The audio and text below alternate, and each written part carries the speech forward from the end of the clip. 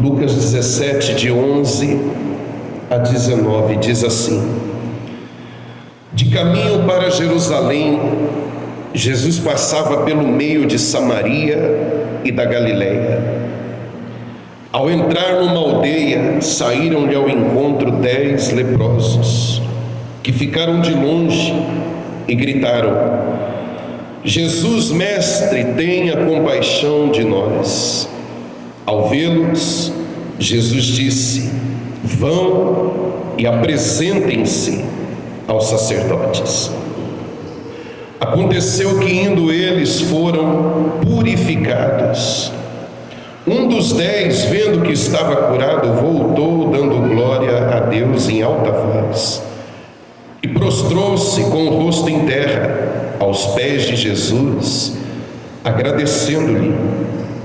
E este era samaritano. Então Jesus perguntou.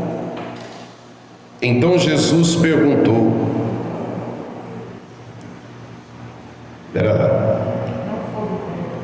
Um dos 10, vendo que estava curado, voltou, dando-lhe glória a Deus em alta voz, e prostrou-se com o rosto em terra aos pés de Jesus, agradecendo-lhe. Guarda isso daqui, igreja. E este era samaritano. Então Jesus perguntou: Não eram 10 os que foram curados? Onde estão os 9? Não se achou quem voltasse para dar glória a Deus, a não ser este estrangeiro? E lhe disse: Levante-se e vá, a sua fé salvou você. Amém? Toda a sua atenção, por favor, não deixa nada te distrair nesse momento. A palavra de hoje, a mensagem de hoje, o que Deus quer falar conosco hoje é sobre gratidão.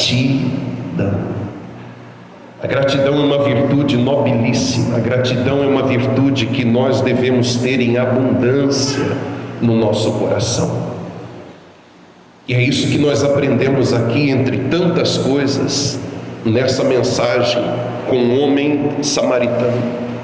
Jesus judeu, o homem samaritano, povos que quase se deixasse se engalfinhavam uns com os outros quando se encontravam, povos inimigos, judeus e samaritanos. Mas Jesus, sendo quem é, bom como é, cura aquele homem independente da sua raça, da sua nacionalidade. E aquele homem, grato como é, vem até Jesus e lhe agradece, independente da sua nacionalidade. Amém, igreja? Eu aprendi e costumo dizer para as pessoas que a gratidão é a memória do coração. Amém, igreja? Amém. Não é memória da mente, mas é a memória do coração. Porque a gratidão, ela é a lembrança, a grata lembrança daquilo que recebemos, daquilo que alcançamos de alguém, e nesse caso de Deus, a grata lembrança. Mas a gente lembra com o coração, porque a gratidão, ela é banhada de um sentimento, ela é cheia, terna de amor. Nós amamos de alguma forma aquela pessoa que nos fez algo, e retribuímos isso que fizeram em forma de gratidão e de todo o nosso coração. Mas o contrário também é verdade. A ingratidão é a amnésia do coração. Se a gratidão é a memória, a ingratidão é a amnésia, é o esquecimento de tudo aquilo que alcançamos, de tudo aquilo que recebemos, de tudo aquilo que foi feito por nós. Mas vamos entender o que aconteceu aqui. A Bíblia está falando de 10 homens leprosos. E a Bíblia também narra que Jesus estava em uma de suas viagens ministeriais. Jesus, ele está indo para Jerusalém, o lugar santo, o centro da fé, principalmente naquela época, da fé judaica. Jesus está indo para o lugar onde está o templo, o grande templo de adoração ao Senhor. Ele está indo para a capital da fé, digamos assim. E nessa viagem ele cruza todo o território da Galileia. Ele está na Galileia, e vem cruzando esse território que é ao norte. Ele passa por Samaria para chegar a Jerusalém. E ao passar por Samaria, ele passa por um povoado, por uma aldeia de samaritanos, terra hostil. Mas Jesus não está preocupado com isso. Se você for estudar a Bíblia, você vai ver, eu já falei isso aqui também para vocês, para um judeu ir até o norte, ou ele voltar do norte até a Judéia, ele fazia uma volta grande, extensa, só para não passar pelas terras samaritanas. Tamanha rivalidade, tamanha hostilidade de um para com o outro. Está dando para entender direitinho? Mas a Bíblia diz que Jesus não está preocupado com isso. Ele passa pelo meio de Samaria, ele atravessa aquele território hostil de Samaria para chegar a Jerusalém. E tudo tem um propósito, tudo que Jesus fez o tempo todo tinha propósito, como ainda hoje, tudo que ele faz tem um propósito. E nesse caminho, nesse trajeto, passando, ele passa por um povoado ali dentro de Samaria, ele passa por uma aldeia, e vem ao seu encontro 10 leprosos. Mas esse vir ao encontro não significa se aproximar. Também já ensinei aqui para vocês que os leprosos no passado, eles eram considerados imundos, mas não por causa da lepra física, não por causa das feridas. Eles não eram considerados clinicamente impuros, mas eles eram considerados cerimonialmente impuros, imundos. Eles eram considerados e não podiam viver normalmente em sociedade. Havia um lugar que eles tinham que viver afastados, somente entre leprosos. E se eles se aproximassem, se alguém se aproximasse deles, sem saber que era leproso, ele tinha por obrigação gritar, dizer: sou leproso, não se aproxime. Então essa era a realidade de um leproso no passado. Não tinha os seus direitos assegurados, não tinha o direito de viver em sociedade, não tinha o direito de ir e vir normalmente como qualquer outro cidadão.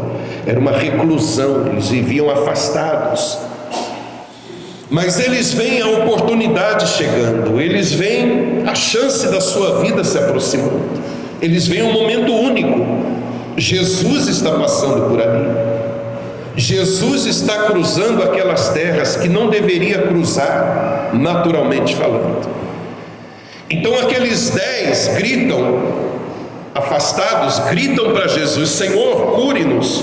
Vamos ler aqui como é que eles falaram: Jesus, mestre, tenha compaixão de nós. Isso está lá no versículo 13. Ficaram de longe e gritaram: Jesus, mestre, tenha compaixão de nós. E Jesus disse a eles: vão e apresentem-se aos sacerdotes. E aí a questão, olhe para mim, igreja, por que razão Jesus vai dizer para eles: vão até os sacerdotes? Por que é que Jesus não disse: vão ao hospital mais próximo, vão à enfermaria mais próxima, vão ao pronto-socorro mais próximo? A gente sabe aqui que Jesus estava declarando a cura deles, amém, igreja? Estava declarando a cura daqueles homens. Mas ele diz: vão aos sacerdotes. Você também precisa saber isso. O porquê que Jesus fala isso? É porque a imundícia cerimonial era levada tão a sério que ela vinha na frente da própria saúde, da própria restauração da pele daquelas pessoas, da saúde daquelas pessoas. Era prioridade. Então o que eles tinham que se certificar era se estavam puros, cerimonialmente, religiosamente. Então quem fazia essa avaliação, isso está lá em Levíticos, isso está lá no Antigo Testamento, na lei de Moisés. O sacerdote avaliava para dizer se aquela pessoa poderia voltar ao convívio natural, se aquela pessoa poderia voltar a ter os seus direitos assegurados novamente. Era o sacerdote quem examinava se a lepra tinha saído, se a lepra estava diminuindo, regredindo, ou se ele ainda continuava leproso. Era o sacerdote quem dava o aval, a alta médica, digamos assim, para ele poder voltar às suas atividades socialmente. Está dando para entender direitinho? Posso continuar? E quando eles iam aos sacerdotes, sabendo que estavam purificados, eles já iam como oferta. Havia uma oferta estabelecida, os animais estabelecidos, para se apresentar a Deus como sacrifício pela restauração da sua lepra, e depois disso então voltar ao convívio social. É por essa razão que Jesus fala: vão aos sacerdotes. E você vê que é uma profecia, você vê que é algo que Jesus fez usando o seu poder, porque ele não poderia mandar um leproso para o sacerdote. O que o sacerdote diria? Não pode. Ele não poderia mandar um leproso para ser verificado enquanto leproso. Voltaria para trás. Está leproso, veio fazer o que aqui? Mas Jesus despedem aqueles homens leprosos. Eles não foram curados instantaneamente. Ele despede aqueles homens leprosos para irem se apresentar aos sacerdotes. O que é que a gente aprende aqui? Já estava declarada a cura deles. Jesus disse: pode ir. Aqueles homens poderiam argumentar: mas como, Jesus? Olha aqui, o que eu vou fazer lá? Eles vão me enxotar, eles vão nos expulsar. Mas Jesus disse: pode ir, vai, eu estou assegurando para vocês. Vocês podem sair daqui e se dirigir direto aos sacerdotes. Ou seja, Jesus profetizou, Jesus declarou, Jesus curou, embora a cura não se manifestou exatamente naquele momento. E isso também tem uma razão para ter acontecido. Mas a Bíblia diz que eles foram caminhando. E no trajeto, na ida, em algum ponto dessa jornada, só para você ter uma ideia, a distância de Samaria até Jerusalém era aproximadamente 140 quilômetros. Amém, igreja? 140 quilômetros, eu acho que é mais longe do que daqui a Maceió. Não lembro exatamente agora quantos quilômetros são daqui a Maceió, mas é mais ou menos isso. E esses homens saíram dali caminhando e foram em direção aos sacerdotes que estavam em Jerusalém. Amém, igreja? Amém. E eles vão, guardaram, receberam a palavra, eles se inflaram, eles se encheram daquelas palavras de Jesus e saíram dali e foram marchando rumo a Jerusalém até os sacerdotes. E no caminho eles são curados. Eu não sei em que ponto dessa viagem eles foram curados. Se foi antes de sair do território de Samaria, eu não sei se foi na metade do caminho, eu não sei se foi já chegando em Jerusalém, eu não sei em que altura esses homens olharam para si e viram que foram curados. Olha lá no versículo 14 de novo. Ao vê-lo, Jesus disse: vão e apresentem-se aos sacerdotes. Aconteceu que, indo eles, repete comigo, indo eles, foram purificados. O que você entende aqui? Foi no caminho, foi na caminhada, foi na viagem, não foi na presença de Jesus, mas foi em algum ponto dessa trajetória que eles foram curados. Olharam e se deram conta e ficaram maravilhados, ficaram felizes com aquilo. E eu imagino que não devia ser tão próximo dali. Eu imagino que não deveria ser tão próximo de onde Jesus estava. Porque talvez se fosse perto e fácil, talvez os 10 teriam voltado, quem sabe? Se fosse na primeira esquina, se fosse a 1 quilômetro dali, quem sabe voltariam para agradecer a Jesus. Mas a Bíblia disse que apenas um voltou. 9 não voltaram para agradecer. 9 seguiram a sua viagem. Estavam pensando no tamanho da bênção que recebeu e queriam logo resolver a questão da sua impureza, e queriam logo poder voltar ao seu convívio social, e queriam logo poder voltar às suas atividades, trabalhar, ter o seu sustento, enfim. Mas um deles disse: não, eu não posso pensar em nada disso sem antes voltar àquele homem e manifestar a ele a minha gratidão. Eu devo a ele a minha vida, eu devo a ele a minha cura, eu devo a ele o que aconteceu comigo. Mas só um teve essa atitude.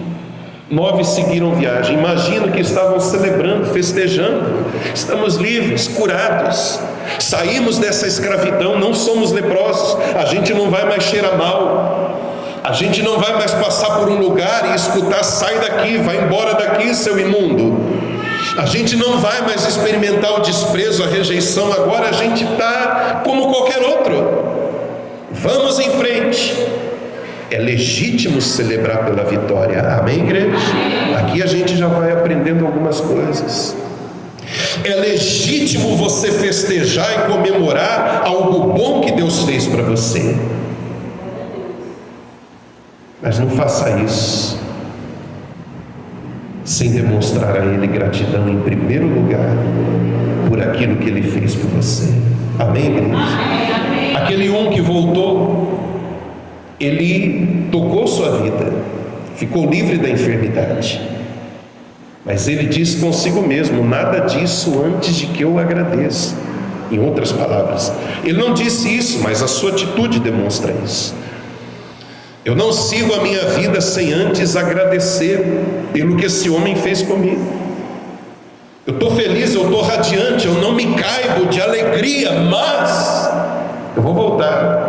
Seja 1 légua, 2 léguas, 3 léguas, seja a metade da viagem, seja quase a viagem toda, eu vou voltar lá e eu vou agradecer pelo que Ele fez comigo. E Ele fez isso. Vamos continuar lendo aqui de novo? Lá no versículo 15: um dos 10, vendo que estava curado, voltou. Quando você lê voltou, aqui se confirma o que eu estou dizendo para vocês. Ele não estava ali na presença de Jesus, mas ele já estava a uma certa distância. Por isso o verbo voltar, ele voltou para trás. Voltou dando glória a Deus em alta voz. Ele não escondeu sua alegria, ele não escondeu a sua comemoração, a sua celebração, mas ele precisava voltar. E prostrou-se com o rosto em terra aos pés de Jesus, agradecendo-lhe. E este era samaritano. Olhe para mim, igreja. Se alguém tinha alguma razão para ser orgulhoso, se alguém tinha alguma razão para ser soberbo, razão humanamente falando, né? Porque razão ninguém tinha, nem tem. Mas humanamente falando, se tinha alguém com alguma razão para dizer: vou nada, era esse homem. Porque embora aconteceu em território samaritano a cura, eles estavam ali, 9 eram judeus, 9 eram compatriotas de Jesus, era o seu povo. Um era samaritano. E quem é que volta para agradecer? O samaritano. O samaritano. Esse homem volta para dar graças a Jesus. E aqui a gente aprende mais uma coisa.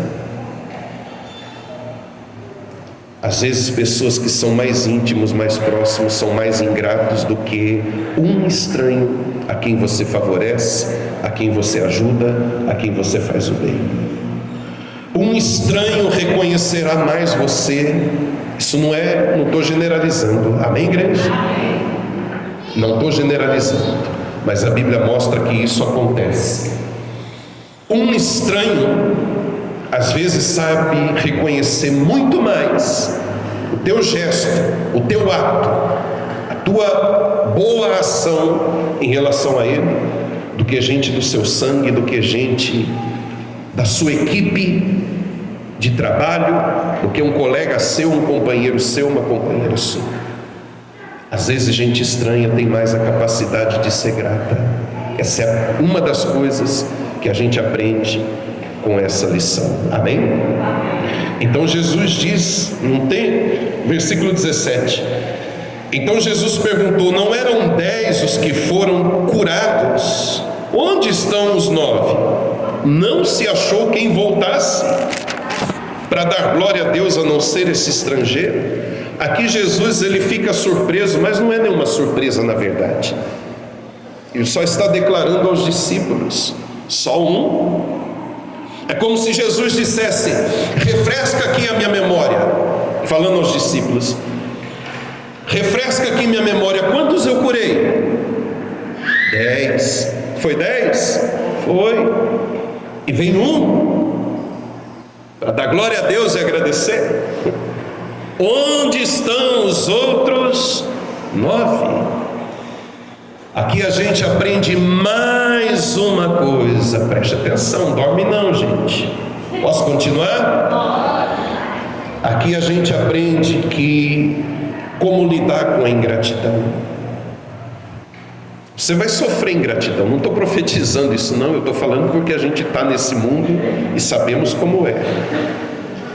Você vai sofrer ingratidão, eu vou sofrer, mas a gente precisa saber lidar com isso. A gente precisa aprender a lidar com essas coisas, porque senão a gente vai sofrer, esperando demais, criando expectativa demais das pessoas, e você se frustra, sempre se frustra, quando você coloca expectativa demais no ser humano. Jesus não fez mais do que perguntar: onde estão os outros 9? Só um veio dar glória a Deus. O texto para por aqui. A fala de Jesus em relação aos 9 encerra por aqui. Nada mais do que isso ele diz. Sabe o que eu aprendo aqui, igreja? Você não precisa se consumir, você não precisa sofrer, você não precisa remoer a ingratidão dos outros em relação a você. Foi o que Jesus fez. Jesus não deu um sermão, Jesus não disse: tomara que ficam leprosos de novo, ingratos, malditos, tomara que sofram 10 vezes mais do que sofreram. Jesus não começou a contar tudo o que ele fez. Ele não vira para os discípulos e fala: vocês estão vendo? Eu curei eles, eu fui misericordioso com eles. Eles chegaram gritando, pedindo ajuda. Duvido que alguém ajudava eles, porque ninguém quer saber de um leproso. Mas eu fui e curei. Eu dei atenção. Eu me doei para eles. Eu usei o meu poder para curá-los. Vocês estão vendo, discípulos? Olha como a vida é injusta, olha como a vida é malvada. Jesus não ficou discursando, Jesus não ficou ali remoendo, ressentido. Jesus só falou: eu acho que Jesus falou até em tom de riso, falou: que coisa, nas minhas contas eram 10, eu só vi um. Em outras palavras, eu sei bem como é isso. Eu sei bem como é o coração do ser humano. E eu não vou me remoer, eu não vou abortar minha viagem para Jerusalém por causa de gente ingrata. Eu vou continuar seguindo. Diga glória a Deus. Toma isso para a sua vida, igreja. Ingratidão existe, vai existir. Você precisa ser maduro espiritualmente, forte espiritualmente, para não parar nisso, para não engessar, para não travar na ingratidão dos outros. Aprenda com Jesus, aprenda com o Mestre. Estão sendo ingratos com você, estão sendo injustos com você, fazendo até maldade com você. Quando podem, quando têm oportunidade, não pensam 2 vezes em tornar sua vida mais difícil com tudo que você fez por eles. Deus sabe por que eu estou pregando isso aqui hoje. Mas o ensinamento de Jesus é: não sofra com isso, Não remoa isso, não se consuma por isso. Segue a tua vida. Vá onde você tem que ir, faça o que você tem que fazer. Jesus continuou sua viagem para Jerusalém. Aqueles 9 não engessaram Jesus. Jesus não teve uma crise emocional. Jesus não entrou em depressão por causa de gente ingrata. Por favor, não cometa esse erro com você. Não cometa essa maldade com você. Não violente a si mesmo, a sua própria alma, por causa da ingratidão de alguém. Toca a sua vida. Fala para quem está do seu lado, toca a sua vida. Não, assim não, gente. Fala, toca a sua vida. Vai em frente. Vai em frente. Repito, Jesus discursou, ficou discursando. Ele deu um grande sermão. Não. Ele só falou, e no meu, eu acho, tá? Você me perdoa, isso aqui é opinião minha, não está escrito. Você tem direito de ter a sua, outro pregador tem direito de ter a opinião dele. Mas eu acho que Jesus falou, sinceramente, em tom de riso, em tom, como se diz, irônico. Eu acho que ele disse assim, ué, era 10, não era? Não eram 10? Eu imagino que Jesus falou num tom mais ou menos assim. Não eram 10? Ou eu estou contando errado, ou perdi as contas, mas para mim que era 10. Eu estou vendo só um aqui, chegando aqui para agradecer. Além de você passar por ingratidão e você ter que lidar com isso, saiba de mais uma coisa. Normalmente é a maioria. Amém, igreja? A minoria, a pequena minoria tem a capacidade de agradecer, de descer do salto e dizer com humildade, precisa ser humilde para isso, olhar nos olhos e dizer: você me ajudou, você fez isso por mim, você me acolheu, você me estendeu a mão, você me ouviu quando ninguém me ouvia, você se preocupou com um desprezado, desvalido, que ninguém dava nada. Precisa ser bastante humilde. As pessoas têm dificuldade de engolir o seu orgulho e descer para dizer isso para outra pessoa. É a minoria. Outra coisa que você tem que aprender, outra coisa que você precisa se conformar, é a minoria que será grato por tudo aquilo que você fez por ela. Posso continuar, igreja? Mais um pouquinho só. Então aprenda que é a minoria, aprenda que você não pode adoecer emocionalmente por causa disso. Aprenda com o mestre. Então Jesus abençoa aquele rapaz e ele segue. Ele vai seguir o seu caminho. Eu queria hoje ainda dizer para você o seguinte. Agora vamos falar da nossa relação com Deus. Com Deus. Eu sou grato a muita gente que apareceu na minha vida, enviado por Deus, parecidos até mesmo anjos, porque de maneira providencial, num momento exato, cruzaram o meu caminho, apareceram na minha vida, me estenderam a mão. Então, como anjos de Deus, elas apareceram e eu sou grato a muita gente, a muita gente. A falecida avó da minha esposa, talvez no mundo seja a pessoa a quem eu mais devo gratidão. Ela e minha mãe, as duas. A finada dona Nair, avó da minha esposa, e a minha mãe, dona Idair, que está lá no interior de São Paulo agora. E depois disso, muitas outras pessoas.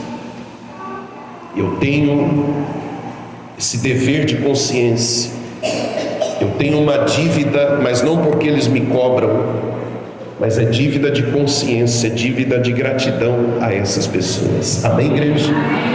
Mas sobretudo,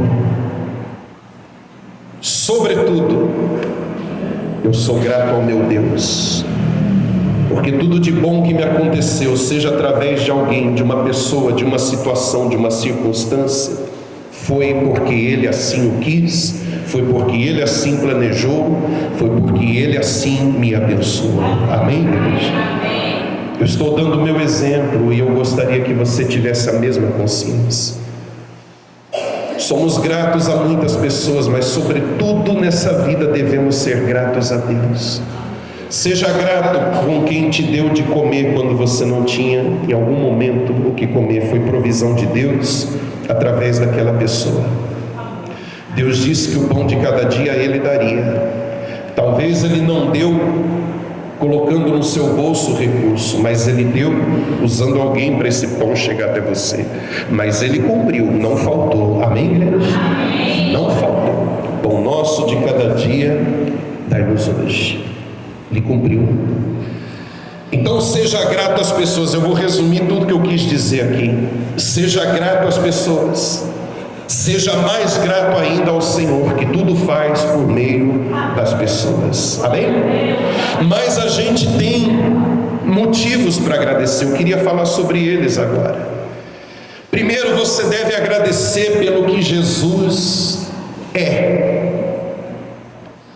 Você também deve agradecer pelo que Jesus fez. E você deve agradecer pelo que Jesus faz. Diga glória a Deus.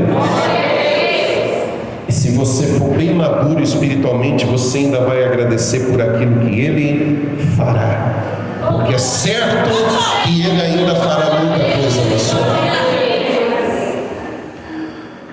Eu devo agradecer pelo que Ele é. E o que Ele é? Ele é o meu Redentor. Ele é aquele que pagou a minha dívida. Eu, como pecador, jamais poderia ter acesso ao trono de Deus, e muito menos ainda entrar nesse reino onde está o trono de Deus. Mas Ele me redimiu. Sabe o que é redimir? É pagar a sua dívida, é pagar a minha dívida, é Ele rasgar aquela promissória que nós devíamos a Deus por causa do pecado. Jesus na cruz, Ele rasgou essa promissória, e eu não devo mais nada, porque o sangue de Jesus me redimiu, pagou a minha dívida. Ele é o meu Redentor. Diga glória a Deus. Então devemos agradecer pelo que Ele é. Ele é o nosso Salvador. Por que Ele é o nosso Salvador? Porque por Ele, e somente por Ele, pelo que Ele fez, e por ser Ele o nosso Salvador, a nossa alma não será condenada ao inferno. Seremos salvos, somos salvos na verdade. Ele é o nosso Salvador, Ele salvou a mim e a você. Deixa eu abrir um parênteses aqui. A gente costuma dizer salvos do inferno, salvos do tormento eterno. Mas o significado disso é que nós fomos salvos da ira de Deus.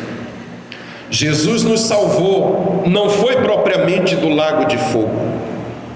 Jesus nos salvou da ira de Deus, porque o lago de fogo é para aqueles sobre quem está a ira de Deus. Então Jesus na cruz atraiu para si os nossos pecados, e na cruz Deus derramou o cálice da sua ira sobre o seu próprio Filho. Então a ira que era para ser derramada sobre mim foi derramada sobre Jesus na cruz. Então Ele é o meu Salvador, Ele é o meu herói. Ele foi lá no meu lugar. A ira de Deus, o cálice da ira de Deus derramado, não foi derramado sobre mim, e nem será, mas foi derramado sobre Ele. Então Ele me salvou da ira do Pai, e consequentemente me salvou do inferno. Então me salvou então do lago de fogo, que é a condenação. Então eu devo agradecer porque Ele é o meu Redentor, porque Ele é o meu Salvador. Eu devo agradecer ainda porque Ele é o meu Pai. Você pode ser órfão, talvez você seja, mas não do Pai Celestial. Ele é o seu Pai. Diga glória a Deus. Ele é o seu Paizinho que te ouve, que te abraça, que te entende. Ele é o Pai que está presente, te carrega no colo quando você não tem força para caminhar. Ele é o Pai.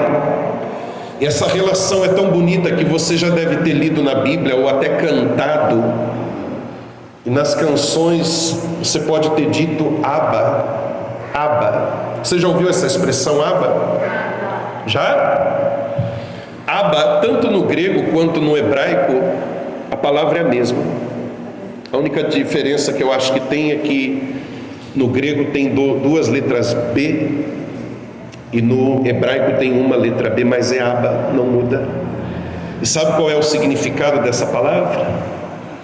Não é pai, apenas pai, de uma forma distante, de uma forma comum, mas a tradução para Abba é paizinho. É uma coisa mais íntima, é maravilhoso isso. A tradução para Abba seria essa: meu papai, paizinho.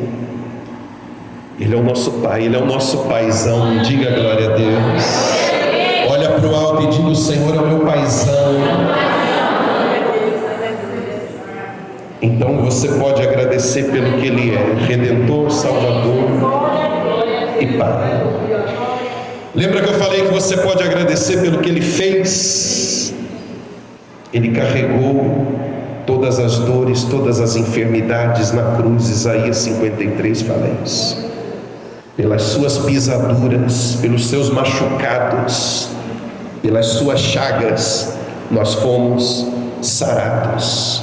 Ele fez muita coisa, mas o tempo está passando, eu vou ficar com isso, com essa passagem de Isaías. Ele tomou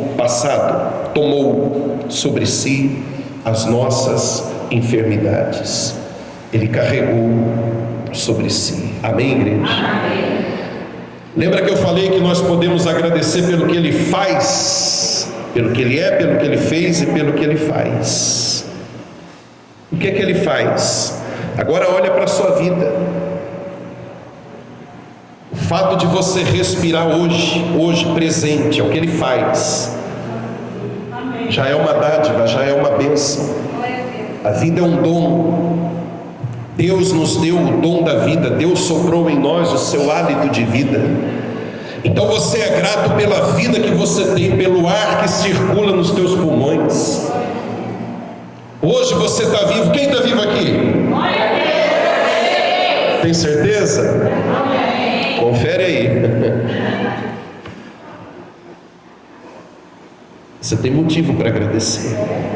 Estou vivo. Acordei, vim para a casa dele. Você está vivo, então você pode agradecer pela vida. Quem vai comer hoje tem certeza disso? Vai comer? Glória a Deus. Você sabe que o pãozinho... Quem comeu hoje antes de vir para cá? Aquilo que você comeu hoje, presente, aquilo que você vai comer no dia de hoje ainda, o seu almoço, dia presente, é o pão de cada dia prometido. Então você tem motivo para agradecer. Amém, igreja? Amém. Você tem uma mesa, você tem alimento, você tem uma geladeira, você tem algumas coisas ali. Então você tem motivo para agradecer. Eu poderia falar uma lista muito grande aqui, agradecer pela família, agradecer pelos livramentos.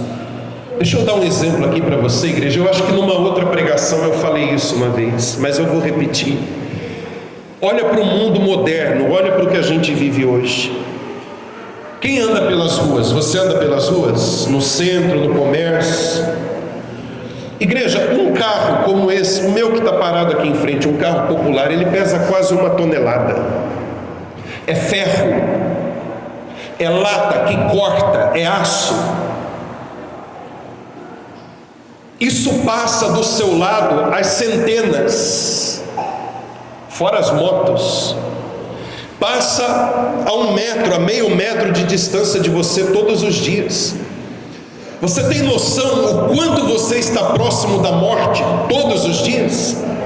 Quem atravessa ruas aqui? Essas máquinas que pesam mais de 1 tonelada estão cruzando as ruas todos os dias e você está lado a lado com elas. Elas esmagam, elas cortam, elas matam pessoas. Você sabe bem disso. E você convive com isso todos os dias há quantos anos? O que eu quero dizer é que você caminha lado a lado com a morte todos os dias, todo o tempo, toda hora. E você está aqui. Até aqui Deus guardou você, não é uma coincidência, não é uma coisa qualquer, é Deus guardando, Deus protegendo, porque a vida é muito frágil. Eu sou frágil, você é frágil. Para a gente morrer não precisa nada de extraordinário.